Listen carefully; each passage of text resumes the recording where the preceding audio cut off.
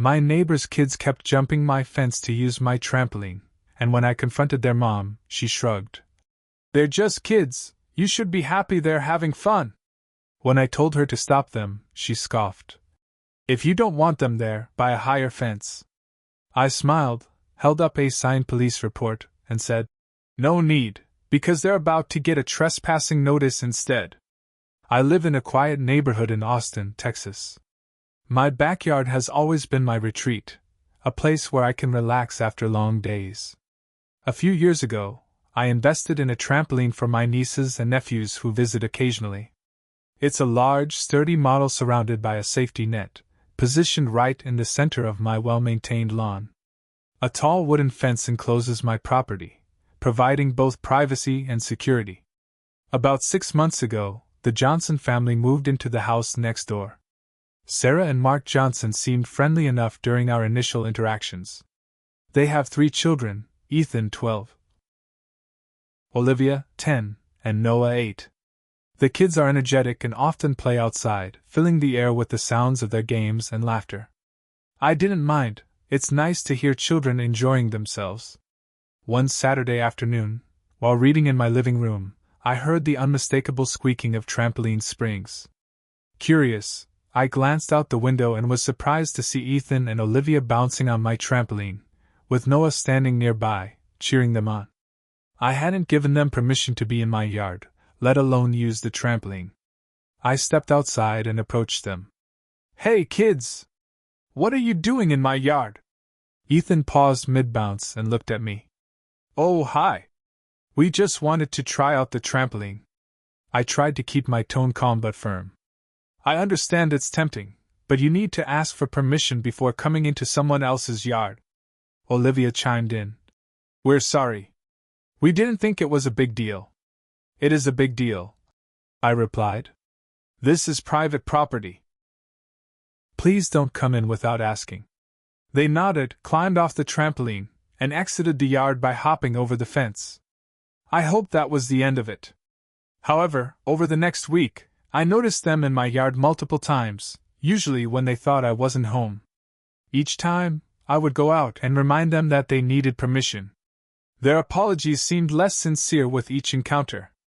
Frustrated, I decided it was time to speak with their mother, Sarah. I walked over to their house and knocked on the door. After a moment, Sarah answered, smiling warmly. Hi, Sarah. I wanted to talk to you about something. Of course. Come in, she said, stepping aside. I entered their home and we sat in the living room. It's about Ethan, Olivia, and Noah. They've been coming into my yard to use the trampoline without permission. I've spoken to them several times, but it keeps happening. Sarah laughed lightly. Oh, they're just kids being kids. You should be happy they're having fun. I was taken aback by her dismissive attitude. I understand they're kids, but it's my private property. They shouldn't be there without asking. She shrugged. If you don't want them there, maybe you should buy a higher fence. I couldn't believe what I was hearing. I shouldn't have to modify my property to keep your kids out. Can you please talk to them? She sighed, clearly annoyed. Fine. I'll talk to them. Despite her assurance, the trespassing continued. One evening, I came home to find them not only on the trampoline but also playing with my garden tools, which they had taken out of the shed. That was the last straw. I decided to install security cameras to document the incidents. Over the next few days, the footage showed the kids climbing over the fence and playing in my yard repeatedly. Armed with this evidence, I filed a police report for trespassing. The next time I saw Sarah, I handed her a copy of the report. I've asked you multiple times to keep your kids out of my yard. Since nothing has changed, I've filed a trespassing report. Her face turned red with anger. Are you serious? They're just kids. Yes, I'm serious. This is my property, and I've asked you repeatedly. Maybe now you'll take it seriously. A week later, I received a notice from my homeowner's insurance. They informed me that having a trampoline made me liable for any injuries that might occur, even if someone was trespassing. They gave me an ultimatum: remove the trampoline or risk losing coverage.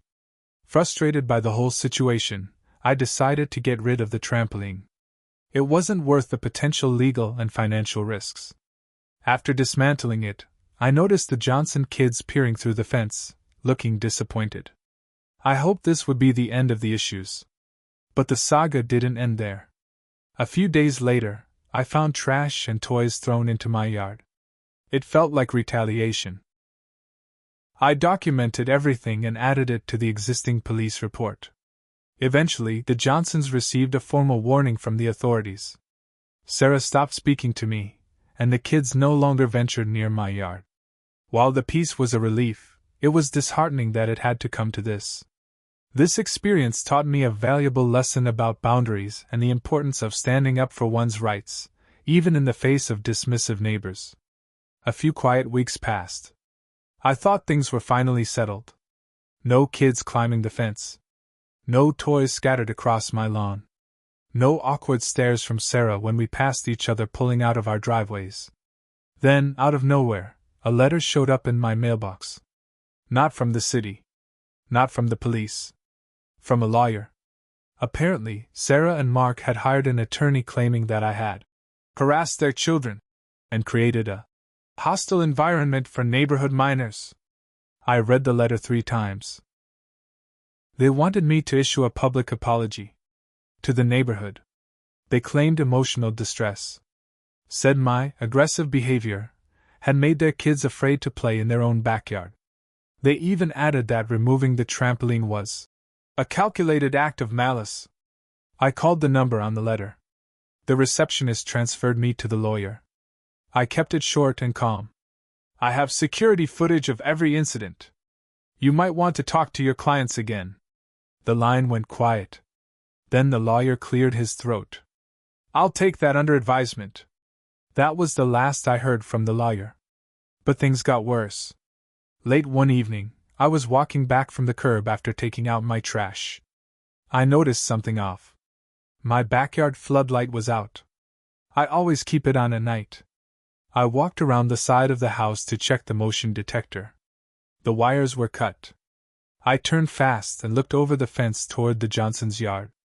Dark. Quiet. Nothing. I called the non-emergency line and reported it. The officer who came took a quick statement, checked the light, and noted the cut looked clean, too clean for an accident. Could be a prank. Or someone trying to make you nervous, he said.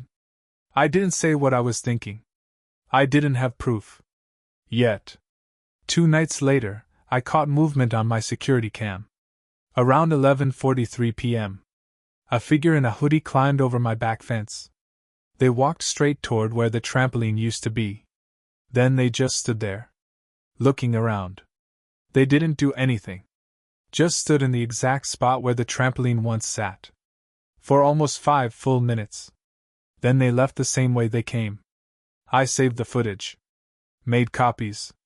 Showed it to the police. Their advice? Install better lighting, maybe even a second fence. I didn't sleep much that night. The next day, I called a contractor to discuss fencing options. While we were walking the perimeter, we noticed something else. Several nails had been hammered into the inside of my fence, pointed outward. The contractor raised an eyebrow. Someone's trying to make it look like you're booby-trapping the yard, he said. That's when it clicked.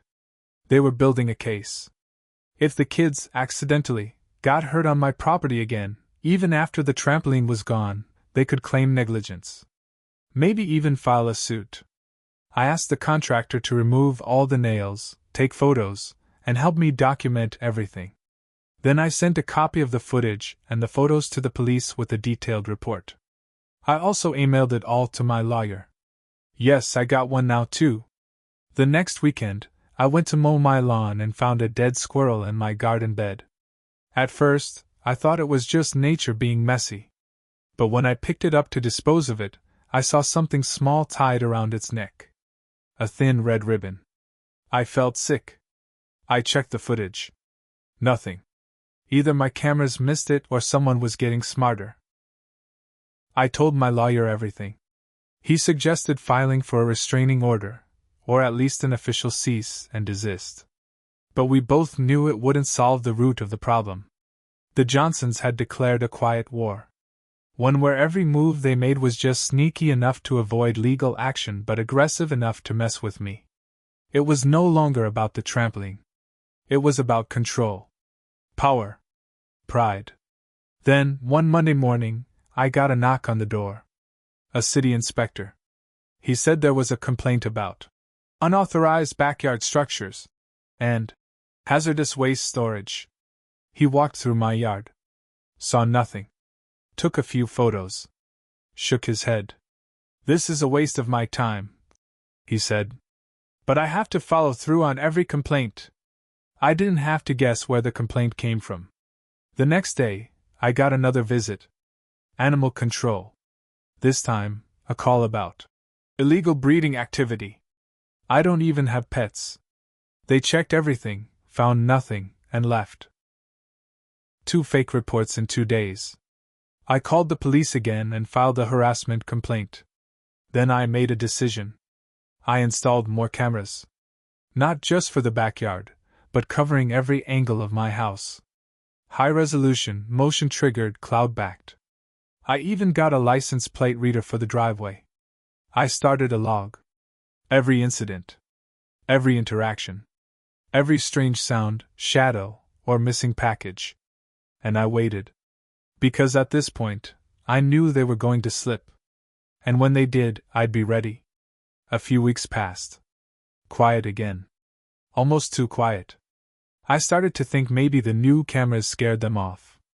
I wasn't ready to relax, but the silence was something. Then my water bill came. Nearly triple the usual. At first, I figured there was a leak. I checked every faucet, every hose.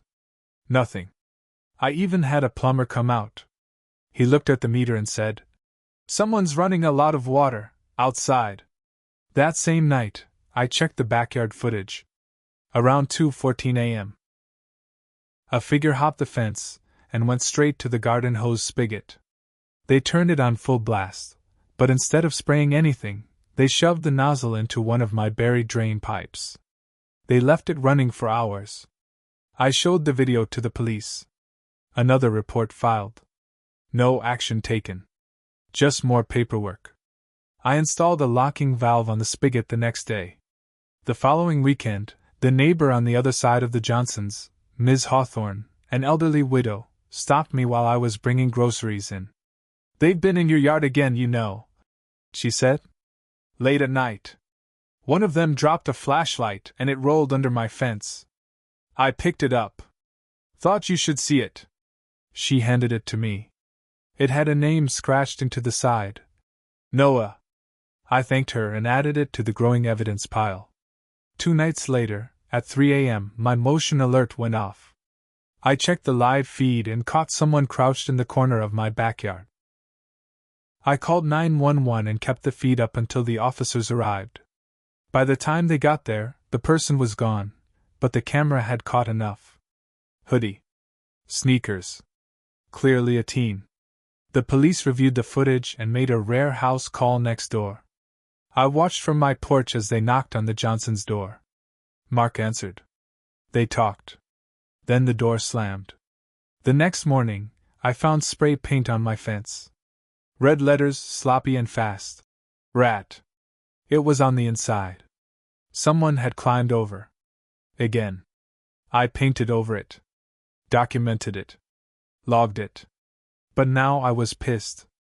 I sent everything, every photo, every report, every frame of video, to my lawyer. He told me I had enough to push for a restraining order. Not just a complaint. Not just a warning. Real legal action. He filed the motion the same day. The Johnsons were served on a Wednesday morning. I watched Sarah read the papers in her driveway. She tore them up and threw them in the trash. But the damage was done. That night, things escalated. At 4 a.m., all 4 of my tires were slashed. Deep cuts, same pattern. The officer who came out said it was textbook retaliation. He looked exhausted. "I'll file it, but unless we catch them in the act." I nodded. I already knew the drill. I upgraded my cameras again. Night vision. Alerts to my phone. I didn't even sleep much anymore, just waited. A few days later, something strange happened. A black SUV pulled up to their house. Stayed for over an hour. When it left, it passed by my house slowly, windows tinted too dark to see inside. That same evening, I found an envelope taped to my front door. Inside, a printed message. No handwriting. Just bold block letters. You think this is over? No signature. No return address. Just that one line. I gave it to the police. Another report. Then I got a phone call from an unknown number. A robotic voice. You're going to lose this. Stop pushing. That's when I realized it wasn't just the Johnsons anymore. I started digging. Found out Sarah's brother had a few run-ins with law enforcement. Nothing major, but enough to make me raise an eyebrow. Mark, on the other hand, was connected to some guy who ran a shady, home security, business out of East Austin. There were rumors online, nothing confirmed, but enough to explain the sudden pressure, the stepped-up tactics. I brought it all to my lawyer. He said, "You're walking into something bigger than a neighbor dispute." I didn't back down. I hired a private investigator.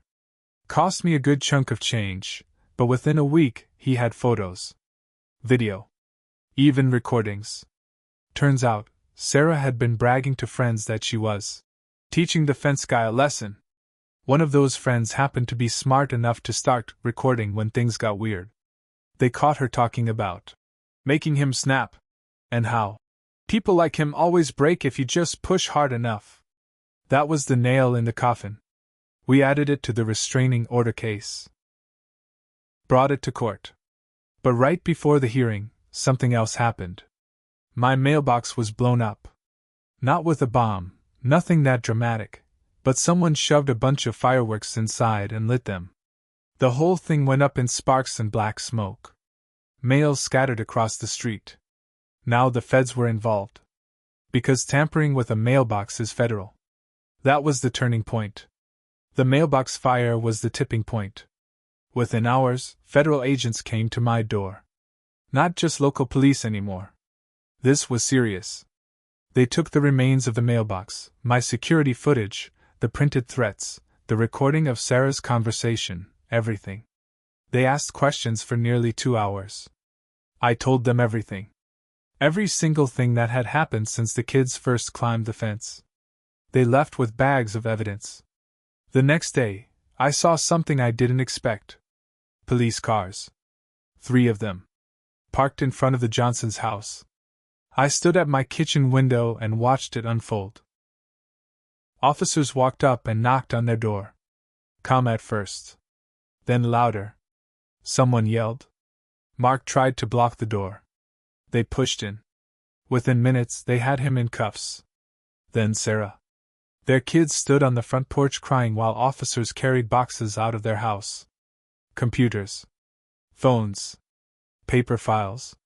Turns out that security business Mark was tied to wasn't just shady, it was straight up illegal.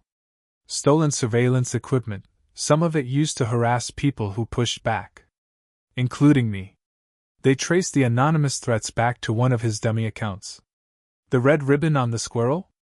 DNA testing linked it to gloves found in their garage. Sarah's brother, the one with the minor record? He had a role too. He was the one who set up the fake lawyer letters and called in the city complaints. He folded fast once the feds leaned on him. They charged Mark and Sarah with harassment, tampering with evidence, child endangerment, and a whole list of fraud and tech crimes. The judge didn't go easy on them.